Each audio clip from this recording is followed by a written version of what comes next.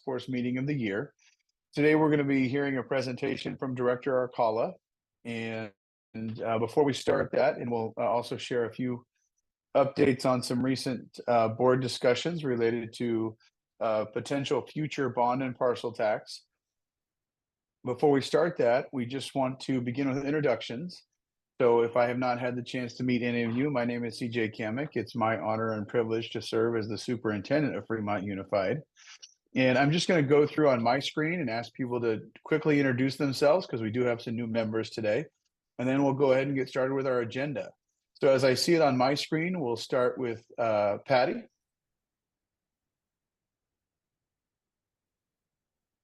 Hi, Patty Sandoval. I support Superintendent and the Board of Trustees. Thank you, Patty. Rocio? Hi, I'm Rocio Kuhl. I'm here representing Fremont Council PTA. Steve?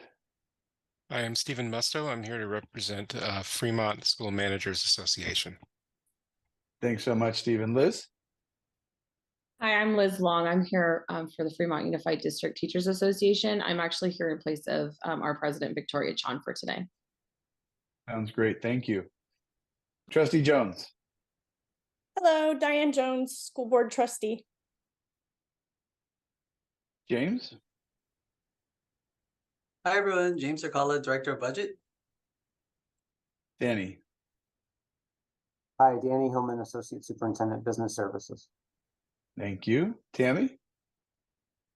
Hi, good afternoon, everyone. I'm here representing the California School Employee Association. Thank you. Yogs?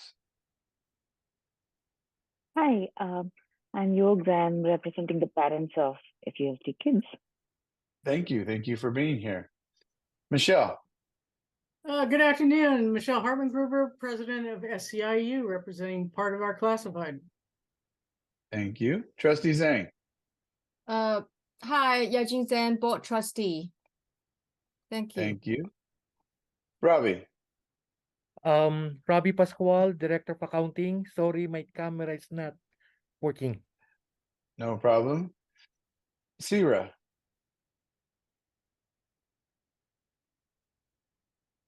Hi, sorry, I'm Surya. I'm a Surf Board representative. Thank you for being here. Ganesh? Put me on the spot as soon as I joined the Zoom. Hi, I'm Ganesh. I'm a community member in the Irvington area, and I'm trying to start my video, but I will do that as soon as I can. And I have a student who is at Irvington High, so parent and community member of the task force. Thank you very much. And I'm not sure if Luis is hearing us. Luis, are you there? He is on board. Okay. And Luis is here to stream our meeting for us. Luis is in charge of our video productions for the district. Anvi?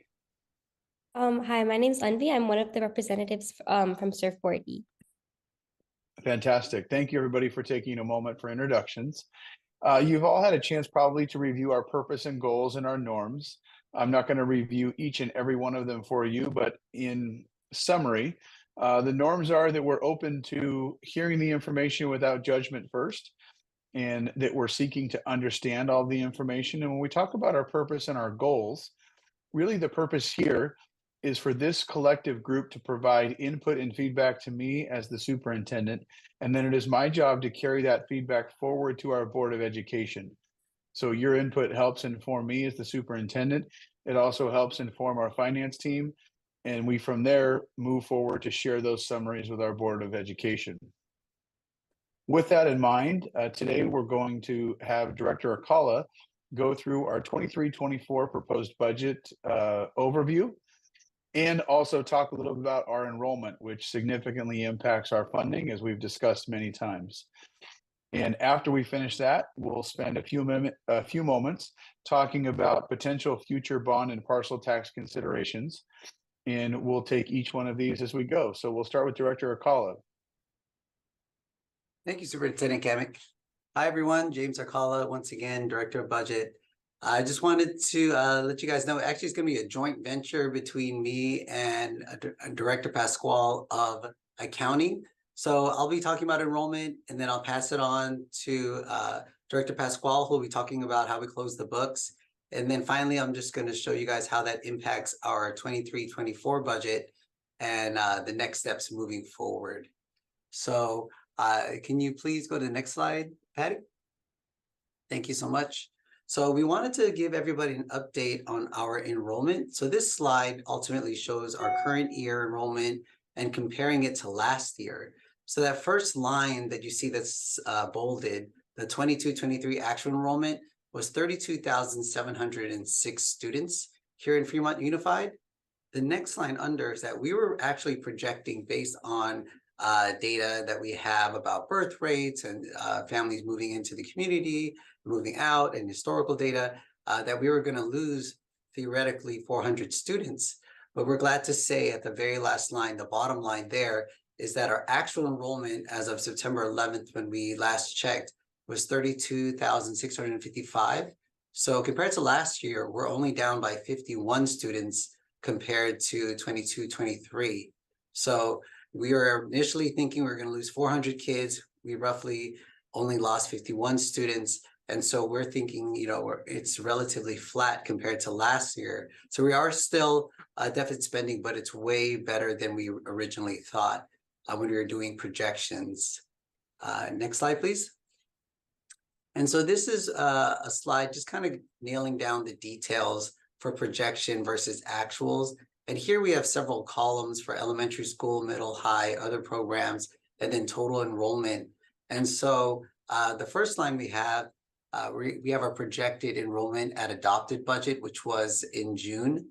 And so we lay out how many students we were thinking we were going to have by grade through elementary school, middle, high, other programs. And then we compared it to day 25, which was on September 11th, 2023. And then at the very bottom, we show the difference.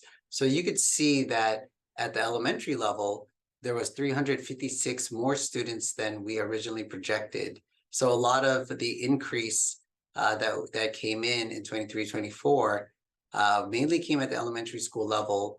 And it's more than likely due to our TK program that we rolled out, our K program. So we have a lot of families that are interested in joining Fremont Unified, seems what to this program. And so comparatively, we have 367 more students than we projected in 23-24. So that's really great news. We have Census Day coming up, which is also known as CVEDS Day. And that's on October 4th, 2023. That's the day we actually lock in enrollment for funding purposes. It's the day where we say, okay, for the rest of the year, this is the enrollment number we're going to use for calculating our revenue for the rest of the year. So hopefully enrollment continues to grow from now until October 4th, but we'll continue to keep the community and the board aware of where our enrollment lands on October 4th, especially when we present it at first interim in December. Next slide, please. Oh, sorry, one more slide for, there you go. And so now I'm going to pass it on to Director Pasquale, who's going to talk about our 22-23 closing of the books, or also known as unaudited actuals. Thank you, James. Again, my name is Robbie Pasquale. I'm the Director of Accounting, and I'll be discussing the next few slides.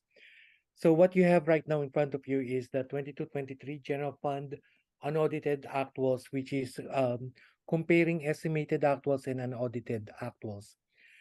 To point here, our ending fund balance, we estimated 71.2, and how we ended up is $111.1 million.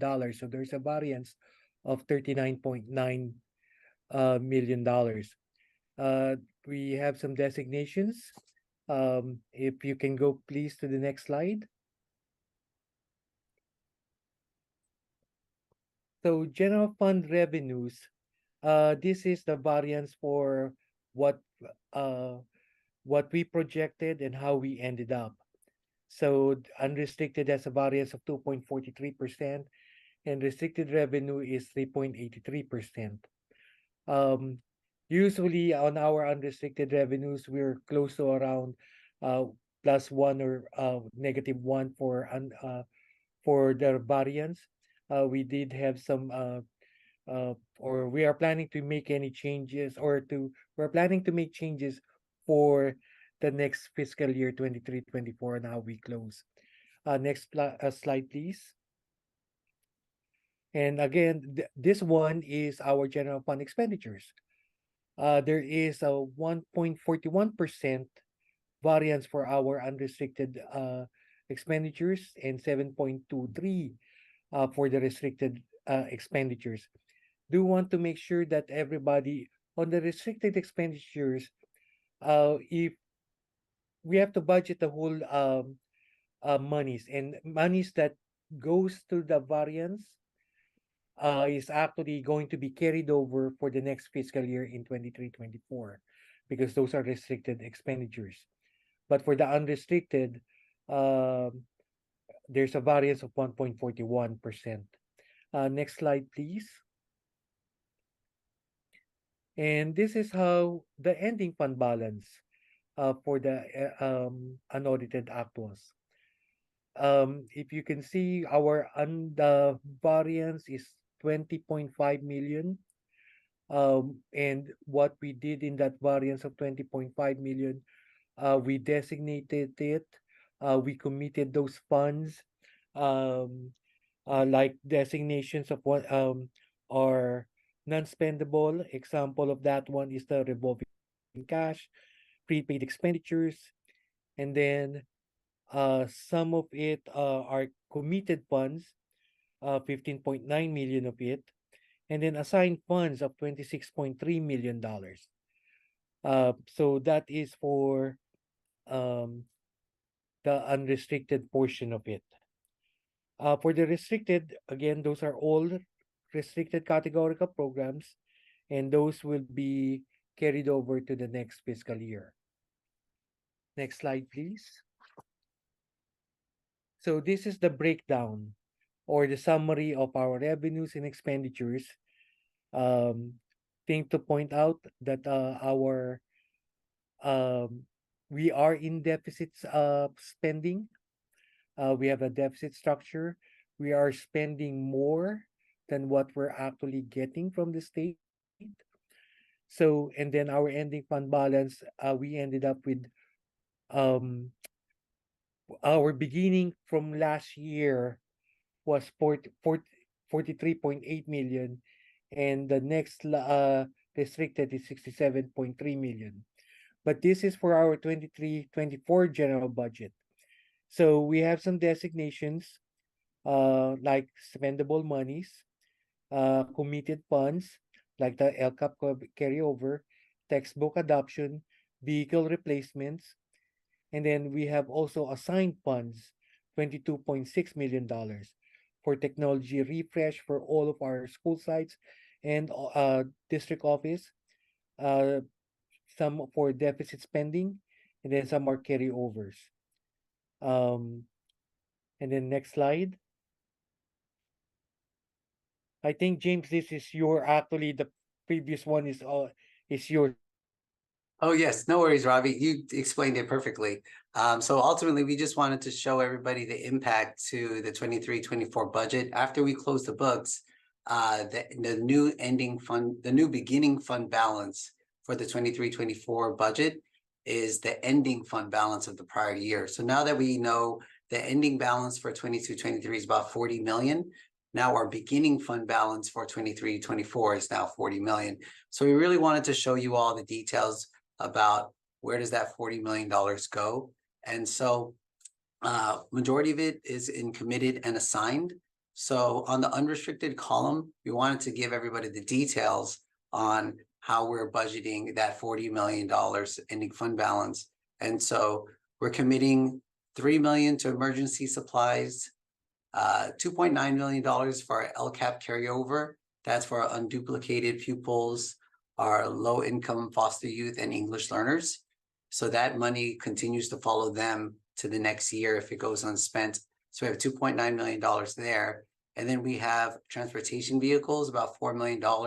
We have lots of vehicles like white fleets that we have going around the district, helping our campuses. And we're ultimately going to have to replace those transportation vehicles at some point. We have some that are fairly old that we really want to replace soon. So we put $4 million there. And then textbook adoptions, we have $6 million. Under assigned, just to kind of sum it up, we have $22.6 million there. It's mainly for technology refreshes. We have, Chromebooks, laptops, desktops all over the district.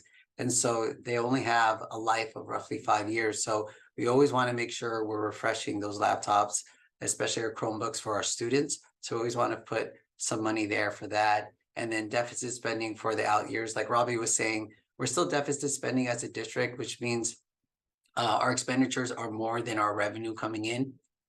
So we put money aside to make sure we have enough cushion to absorb that deficit spending. And then we have some carryover amounts there as well. And then on the restricted column, you see there's that $51.9 million. That's all restricted dollars. That's all grants from the federal government, state government, federal programs, state programs that have a very specific way and restricted way to spend those dollars. So that has to be under the restricted column. Those are very specific programs given to us by the state and the federal government. So that stays under restricted ending fund balance there. Next slide, please.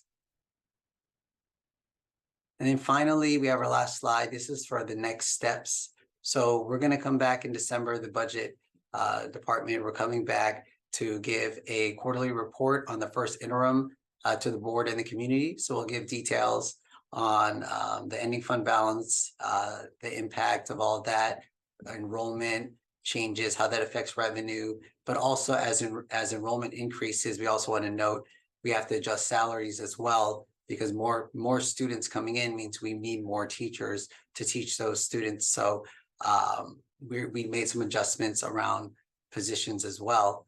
And then finally in January, Robbie will come back with his team for audited financial statement. And then finally in March, we'll come back again, the budget department for second interim.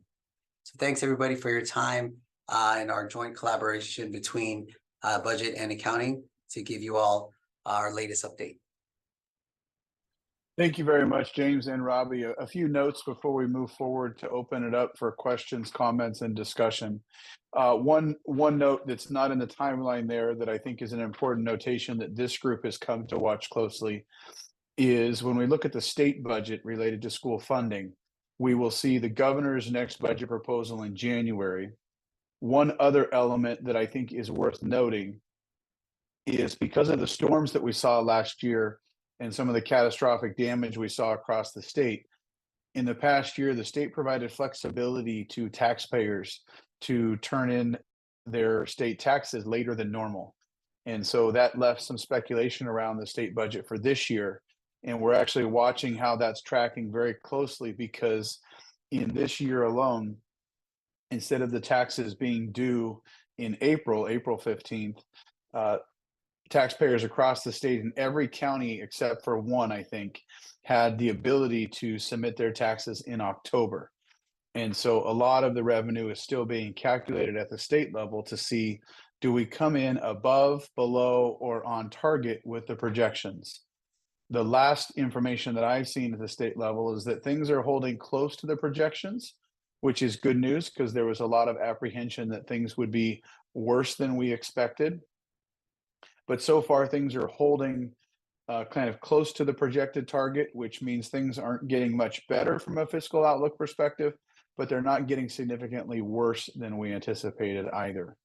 So we'll see the governor's next budget proposal in January, which if we see developments on the October tax revenues, I think really that's where we'll see the state make any course correction should they decide to do so.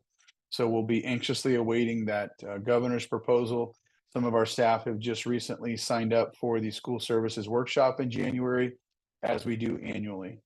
The last point of information I wanted to share just before we open it up for questions is when we look at the unaudited actuals and the ending fund balance, I think it's always good to just offer the reminder that if we do see an ending fund balance or a variance, as our budget team described, that comes in favor of the district in terms of we didn't spend as much as we anticipated, or maybe we got more revenue than we anticipated.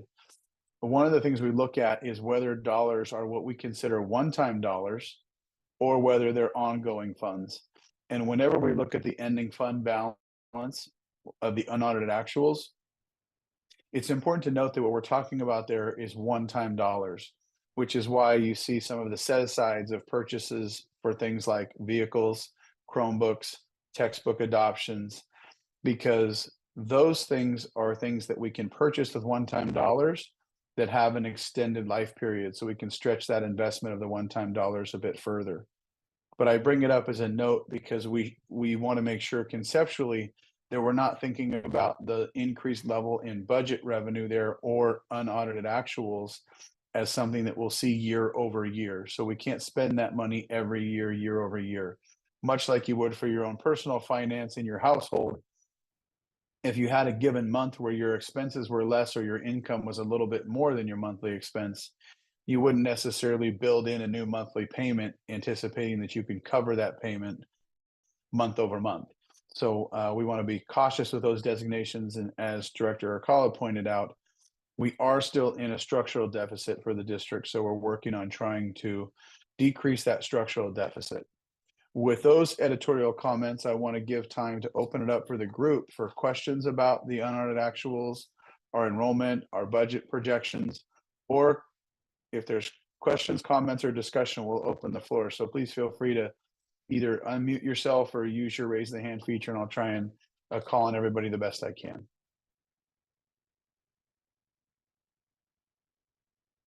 Yokes, I'm sorry, I didn't see the hand there. It blends in with the background. No problem. Thank you. I don't know if my question is relevant to this. This is my first meeting, so I'm trying to understand.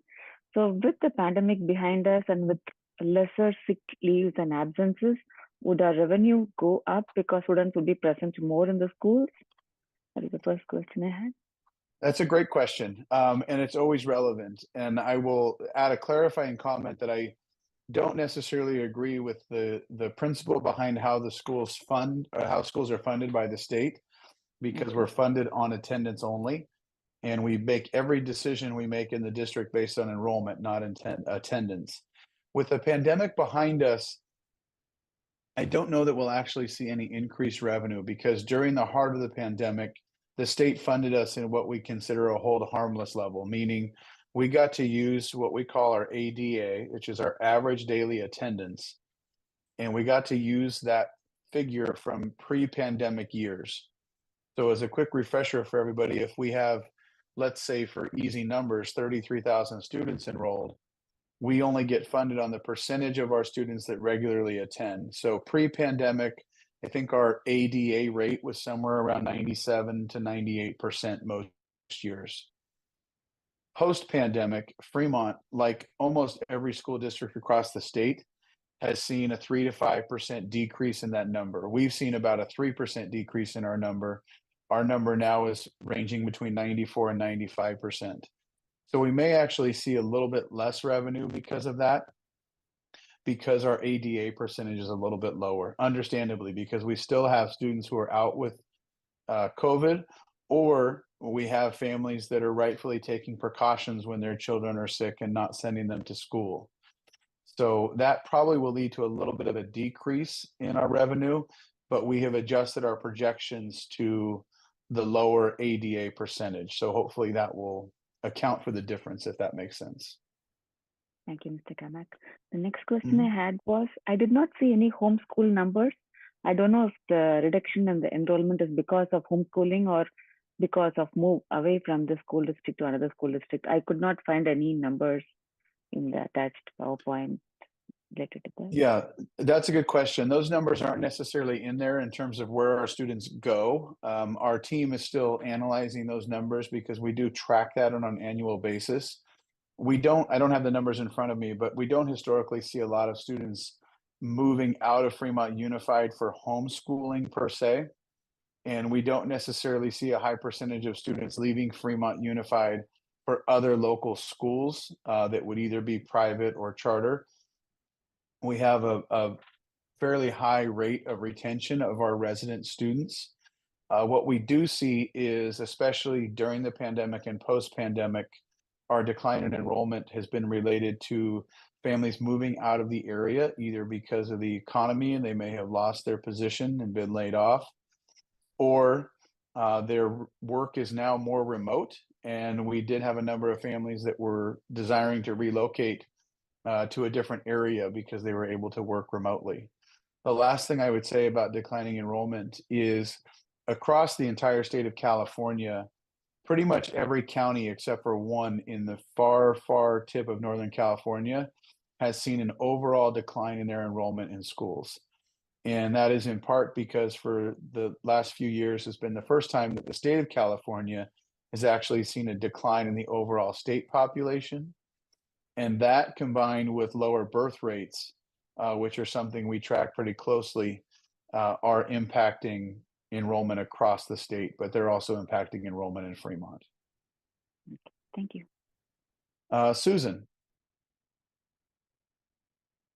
You're on mute, Susan. I can't hear you. So sorry. Sorry. James and Robbie, nice report. Thank you so much. And yet, Yogs, you asked some of the questions I was going to ask. Thank you. I bring this up because every year I see large chunks of students being absent from school. And they're not because they're sick. It's because grandma is on her last breath and they claim they have to take a trip to wherever. And when they miss several weeks of school, it adversely impacts their academic progress in school. I would like to know, I know some site principals send out information about, the importance of being in school. Could our district send something in their newsletter about the importance of school? Because quite honestly, I saw last year in particular, huge chunks of absences, like up to 3 and 4 weeks. That's a lot of lost learning. And for them to catch up, it's a lot of work. And some of them don't even catch up. Yeah, thank you for that, Susan. Great point. And we'll make sure that that information is included in upcoming newsletters. I think it may have been in some of the prior ones, but we're also in the middle of a bit of an attendance campaign ourselves. And I think you strike some important points there because there's the funding component, which is certainly critical to how we operate. But most importantly, you're talking about the loss of learning. And so there's two things to consider there. One, the loss of learning being most important. We do have the opportunity for independent study agreements to be reached when students are going to be out for an extended period of time. But that, of course, doesn't take the place of the high quality instruction that's happening during each instructional day. But it is a way for students to do some work while they're out. And when students do an independent study program, we are able to recoup the funding for those days as well. But we will be having a parent workshop, I think. I'll have to double check the date. I don't have it in front of me from our parent engagement liaisons around attendance awareness. And so we are trying to promote the importance of regular attendance in schools. And obviously we don't want kids to come to school when they're sick, but to the extent possible, we want them to have elective trips rescheduled to the level they can be outside of the school year. So I'll review that with our public information officer to make sure we're getting that out there. Thank you. I have one more question. I noticed that James mentioned textbook adoptions. Are these singleton courses like, say, Portuguese 101, or is it an adoption where it's a major content area? Like, say, for example, we recently adopted Amplify Science and TCI for social studies at the elementary level. Great question. And I would say that it's C, all the above. So when we designate that money for textbook adoptions, it could be any one of those things. We could have something small that is a textbook adoption for one singleton class. Maybe let's say it's AP chemistry, and that might cover all of our comprehensive and alternative schools that offer those AP courses. But depending on the cycle, it may be one of our core adoptions, let's say at the elementary or middle school level, which runs at a much steeper price tag. We've really, I think, done a nice job with the one-time dollars that we've gotten from the state in recent years to get up to date with a significant number of our adoptions. And we really want to continue that momentum to make sure that our students have the most updated curriculum and that our staff has the opportunity to utilize that as well. But it could be for any of the above options. Trustee Jones. Yeah, thank you. I just, and I know we're going to talk about the bond and parcel tax a little bit later, but I wanted to share my concern. I think, staff has probably heard this, that the polling is unclear about a parcel tax. And if a parcel tax, either if we choose not to do a parcel tax or we do a parcel tax and it fails, that's approximately $4.5 million per year in revenue that we will be seeing lost to the district. And the next opportunity we would have to go after a parcel tax, if one in 2024 isn't successful, is in 2026. So there's like a period of 2 years that I'm concerned about. That's about a total of $9 million. And as a trustee, and I'm sure as community members, I don't want to make cuts because we are losing that revenue. And I'm wondering if there's any way for us to build a cushion into our budget that will absorb the parcel tax revenue loss for a 2-year period, if that's what happens, so that we aren't making cuts for what those dollars are being spent on. Is that something we can do? Great question, Trustee Jones. And it's certainly something that the board can direct staff to do. And as Trustee Jones knows, and Trustee Zhang and the rest of you, our board carries a great fiduciary responsibility in setting the budget for the district. And so that is something that we could do. We'd have to take a look at the one-time funds that we have set aside and design a line item in our budget, much like we've done for deficit spending or other areas, to try and offset that. And as Trustee Jones knows, anything is possible, but everything always comes at a cost. So in doing so, we'd have to just be mindful of where we're allocating that money from and how we offset that. But we can look at trying to utilize some of the one-time reserves and seeing how far they can stretch to offset any potential loss of revenue from our parcel tax. So that's something that we can carry forward and consider as staff and make some future recommendations to the board. Before I go to Rocio, Mr. Hillman, did you have a comment on that? I just wanted to mention one thing. Trustee Jones, you mentioned about a parcel tax, the next available window being 2026. I just wanted to clarify that bond measures have to be on the even years, the presidential election cycles, but a parcel tax can be on the odd years as well if the district chose to do that, or any district wanted to do that, if the polling, of course, shows support.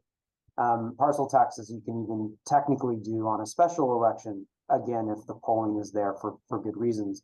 So as of right now, the current parcel tax measure I runs out at the end of the 24-25 school year. So we have this school year, one more school year, and then we are already in James's numbers anticipating that revenue is not there in 25-26 because we don't have any new information. We always can update those numbers with additional revenues, the same revenues and what have you. But just so the group understands, we have the parcel tax included for this year and for 24-25, but not in 25-26. Okay, so we're looking at a potential, if we don't do a special election, we're looking at a 1 year rather than a 2 year loss of the 4.5 before we would be on a regular election cycle to do the parcel tax. And I heard you say special election, and I just want to make sure my understanding is correct. Special elections are expensive to the district. Is that correct? They can be. You can also, one of the options open to districts, again, this is all if the polling comes back and if our the consultants that we use are helpful in identifying the type of election too, because you could do a whole mail-in ballot type of election as opposed to another type where you can go and vote. So there's so many different variables. I just wanted to make sure that all of those variables are known, because that's of course the conversation that the board would have to have and make a decision on to help point us in the right direction. But as far as the budgeting piece, yes, we would need a 1 year gap if you wanted to wait until 2026. And Trustee Jones, to your point, the district would need to pay the expenses for the special election. We pay expenses for every election, but they're much less when they're part of a regular election cycle. And so while we're always having a fiscal obligation for any election cycle, if there was ever a decision to hold a special election, we would need to fund that fully out of our local funds. Rocio. Oh, hi, thank you. I just wanna echoing what Susan was saying about when the kids are absent. This come to me because I was living like 7 years ago in so-called in a different district, and I have asked different persons about the district have ever considered when kids are absent that they can have the option to make up on Saturdays, because I hear. Well, I remember in so-called some of the times that happened, and I hear because the district was able to recover part of the taxes that they lost with the absenteeism. Is something that the district is being considered to do something like that or no? There are some provisions that are available for districts if they elect to run Saturday school. And each district kind of needs to look at their calculation of what is their attendance rate, what is the cost for running a Saturday school, because that is additional salary compensation and time for staff. And then what is it that they think they may return on the increased ADA rate. So there are some school districts that will run Saturday school for that purpose. It does provide an opportunity to recoup some of the funding. But again, obviously, it creates a very different instructional environment as well, because it's not the same as the classroom environment that's created by a classroom teacher Monday through Friday. But that is something that districts have as an option available to them, and something that we can continue to consider as part of our response to attendance. Thank you. Mm-hmm. So that has taken us to just about Ganesh, go ahead, please. Thank you. I was just going to ask, given the questions that came up around the parcel tax and the polling, A, how does the polling work? And B, as members of this task force and community members, is there anything that we can do to help move that needle? And I'm not sure what the school district does as communication for that to help get more support. So just wondering if that was something that you would want help from parents and community members here. Thank you very much. And you segued right into it perfectly for me. I was going to say that takes us to about 4:40, and so we'll spend some time talking about future bond and parcel tax considerations. So a few things just to bring everybody up to speed on the information. One, on the polling, that is available on our website for review from the community if you'd like to look at the polling results. How does it work? It works in this fashion, and I will give you my best description, knowing that I am not a pollster with all of the intimate details. But what happens is Fremont Unified partners with an organization, a company, Godby Research, and I believe Godby has done our polling back till at least 2009 or 10. So they're very familiar with Fremont as a community and Fremont Unified as a school district. And when we authorize them to poll on our behalf, they take a sample size that is representative of our voting population. So this is where we separate a bit from our parent and guardian community, and we really are focused on the voting population of Fremont Unified. And they take a representative sample size that is scientifically proven to be an accurate representation, and they will engage them in polling questions, and that process can take 20 to 30 minutes of a conversation. And they'll go over some initial information. They'll ask a set of questions to those individuals. And in this case, we ask the company to do polling on a potential bond measure and a parcel tax. And so they'll make sure they have an appropriate sampling for each respective poll. And then they summarize the findings for us. And what they're seeking is, what are some of the viewpoints of our voting community on the quality of our schools, how we manage our finances, the performance of the leadership of the district, the direction of the district, and what areas they may be willing to support a parcel tax and or bond measure. And so they'll ask questions such as, if the parcel tax were to go to funding X, Y, or Z programs, then the participants in the poll will respond to that. Or in the bond, for example, if the funding was used to construct facilities with a focus, let's say, on STEAM or athletics, HVAC, general safety. And so the people in that polling process will give their responses to those specific areas. And then they will continue with the poll and ask what level they're willing to, what their support would be for different levels of funding commitments. So our existing parcel, for example, I think is about $73 a parcel. And they'll ask polling questions about that level, higher levels, and then they start to present to us findings based on the community's feedback. So we've done one round of initial polling so far, and we presented those results to the board and added some more comprehensive data to our website. And the next steps, so that everyone is clear, is the board has not made a decision to move forward with a ballot measure yet. And that's an important consideration, because once the board formally puts a resolution forward to put a measure on the ballot, it changes what the staff can do in relation to this work. Because once a resolution is passed, we cannot use any district time, resources, materials, or staff to campaign for the passage of a ballot measure.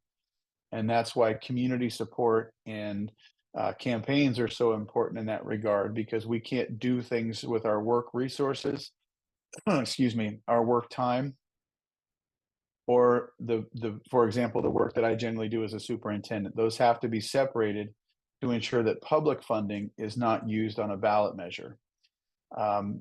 So that is an important notation. But in the time period where we are right now, where we are exploring options, doing polling, and giving consideration to a future ballot measure, what we are doing is working to engage our community for feedback and also help provide information in general. So what that will look like in the coming weeks is described as follows. October 16th and 18th, Mr. Hillman and I will be holding community town halls around education, finance, and school funding in Fremont Unified. Those are not specifically focused on a parcel tax or a bond measure, but rather they're focused on helping our community understand school finance and funding in Fremont Unified. Things like, why is Fremont Unified the second lowest funded district in all of Alameda County? Well, that is related to a combination of state and federal funding, and then local funding, and how all of that equates to the amount of money that we receive per student. In addition to those town halls, which will be live in-person events, they'll also be available on Zoom as a live stream. And we'll be recording one of them to post on our website as well for anybody who can't tune in to the events themselves. We'll also be reaching out to our voting community, which again is inclusive of our parent guardian community and our voters at large who may not be parents and guardians. And we'll be sending out information in the mail so that our larger community can engage with us about Fremont Unified. What are things that they should know about Fremont? What are things that they'd like us to know about our school system? What are things that are important to our voters? And that community engagement practice is something that will help inform our direction and our recommendations for the Board of Education. So we'll be very involved in that in the coming weeks and months, and look forward to engaging with our community. We'll also be creating a website landing page on our Fremont Unified website, fremontunified.org, and we'll likely have the URL of /join the conversation, which is a way our community can continue to provide us feedback. And we look forward to receiving that feedback to know, what does our community think? And with that informational outreach and engagement, it'll give the board further information to consider about a future bond measure or a future parcel tax measure. And we also, concurrently with that, are are completing a facilities master plan update. The last one I think was finished in 2014 maybe. And we're updating that, which will reflect our converted middle schools and other work that we've done. And our trustees on the call may be able to confirm, or others who were there at the time. The initial facilities master plan study from 2014 identified over $1 billion of needs for facility enhancement with the district. Now we have invested a significant amount through our Measure E bond and really enhanced and improved many of our facilities, specifically our middle school conversions. But at the same time, during those years, our other facilities have continued to need some care, love, and attention. And so the needs for our facilities will remain significant. And that master plan, the long-range facilities plan, will help us identify those needs further. And there's obviously a component where anybody who's living and working in our schools or seeing our schools, if it's not one of our newly converted middle schools, can see that we've got a large number of sites that need significant investment and enhancement. But the long-range facility plan really helps us identify, how do we prioritize those projects? How do we create the greatest return on our investment of limited resources? And so that long-range facilities plan is something that our facilities advisory committee will be studying and working on in the coming months, and we'll be bringing it forward to the board for discussion and review in the coming months. Ganesh, in terms to your question about what can this group do, this would be an opportunity, and in the next meeting, an opportunity to just hear and discuss feedback from this group on their thoughts about a future bond measure or parcel tax measure for Fremont Unified, and things that we should consider in that regard.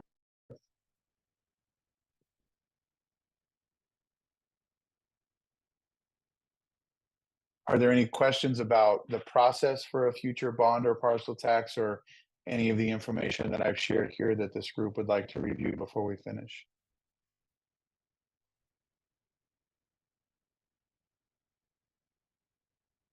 Actually, raise my hand, so you can go ahead and ask. I forget if we've talked about this before, but when we do a bond, what is the financial institution that we work with for that? And I'm like, as a bank, or what is it that the system through which we are working when we're putting a bond out, because that probably drive costs and other things that are part of that. Just kind of curious about that. Yeah, great question. And so we do contract with financial advisors and financial firms that help us with that, not necessarily directly with the bank. So let's take, for example, the Measure E bond that we passed. When we received approval from the community for a bond measure like Measure E, we set up a sequence of events in which we sell the bonds.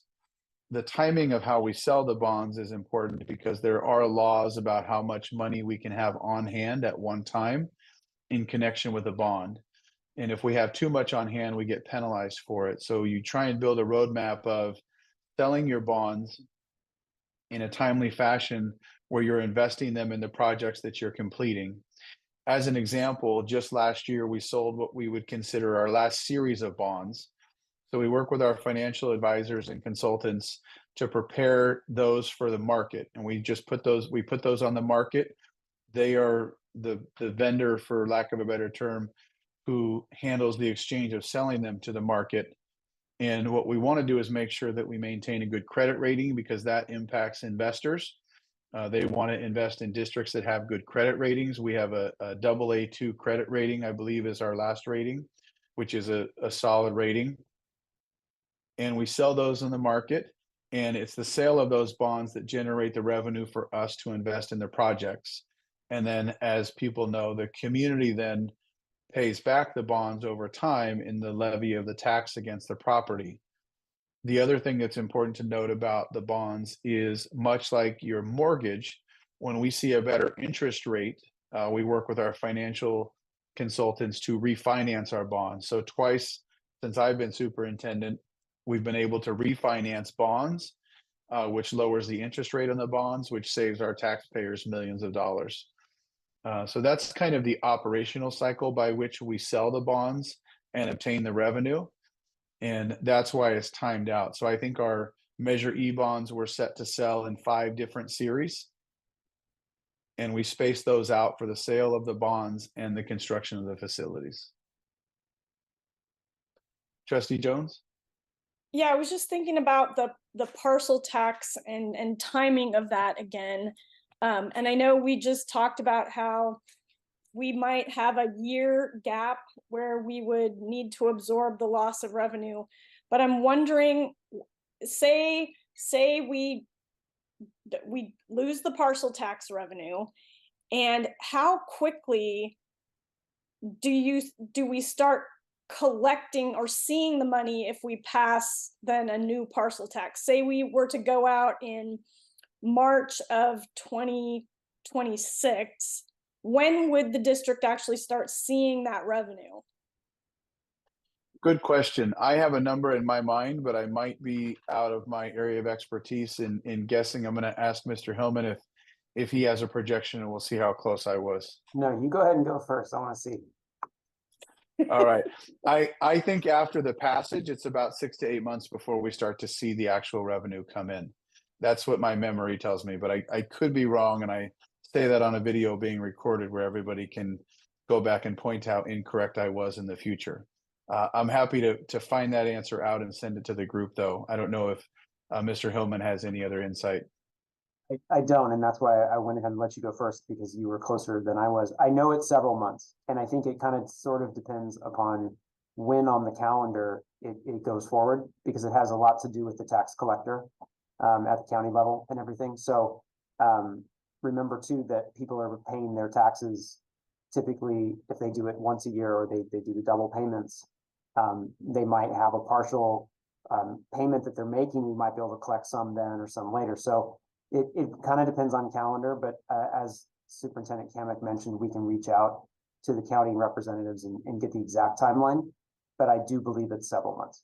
Okay, because I'm just wondering, with that lag, does that then, for all intents and purposes, mean that we would be looking at a 2-year gap before we'd start seeing the revenue? Or is it really we need to plan for a 1-year gap?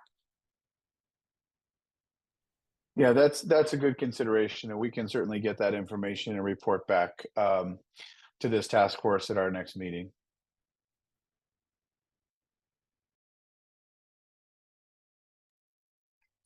Any other questions, considerations on future bond measures, parcel tax measures, the outreach, engagement, education, all of those from this group before we close out today's meeting?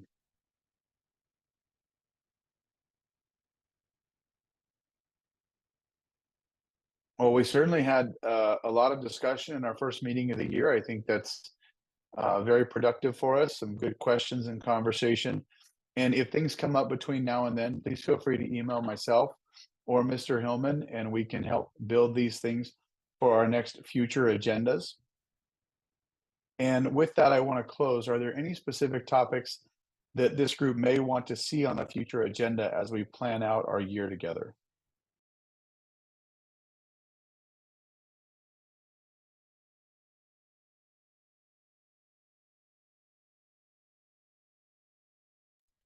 Just slow down. Don't all tell me at once. I'm having a hard time writing it down.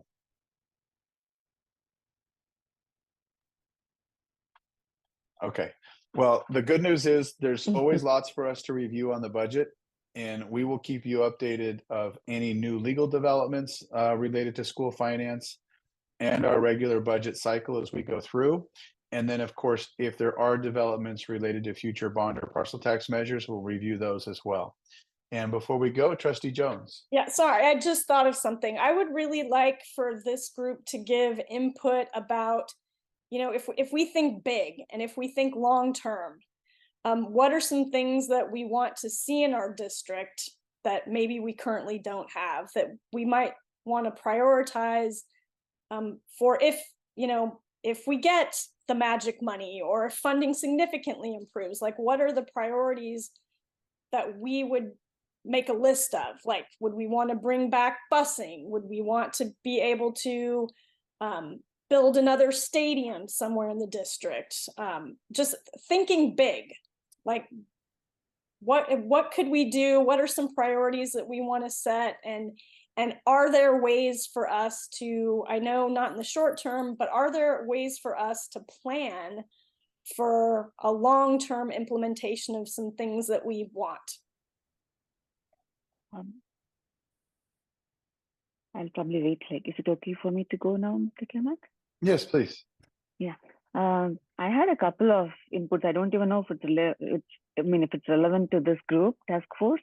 One was having a community center which we can rent out for nonprofits and others who want to have some kind of performance, or probably even student clubs who want to perform for student, like parents and stuff, in the district level, just like we have one high school stadium which is owned by all the high schools.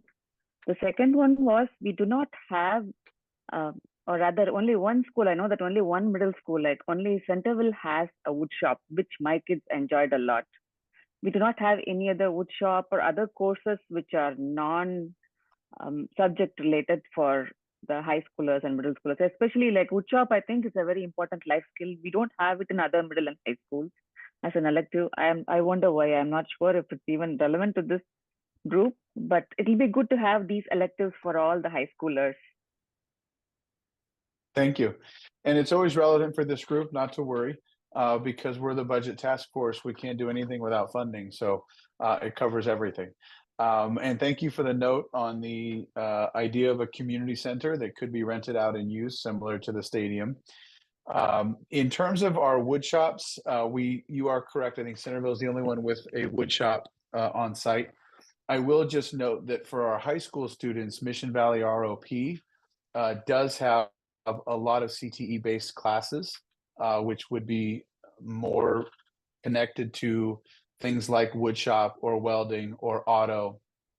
They also have other pathways such as nursing, computers, digital arts, and some other programs. But what we don't offer at some of our comprehensive high schools is in part because Fremont Unified, Newark, and New Haven Unified all share Mission Valley ROP as the regional occupational program center.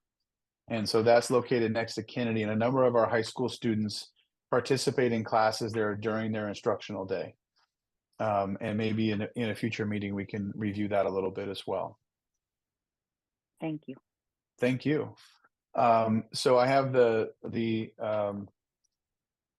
item noted for a future discussion about if we were to dream about school finances and our dreams came true, what would we want to plan for and what we would like to see? So we'll add that to a future agenda. And with that, I want to thank the group for an engaged first meeting. Director Alcala and Pasquale, thank you for your presentation. And I appreciate everybody's time and energy into the subject matter today. I hope you all have a wonderful rest of the week. Thank you. Bye-bye. Take care.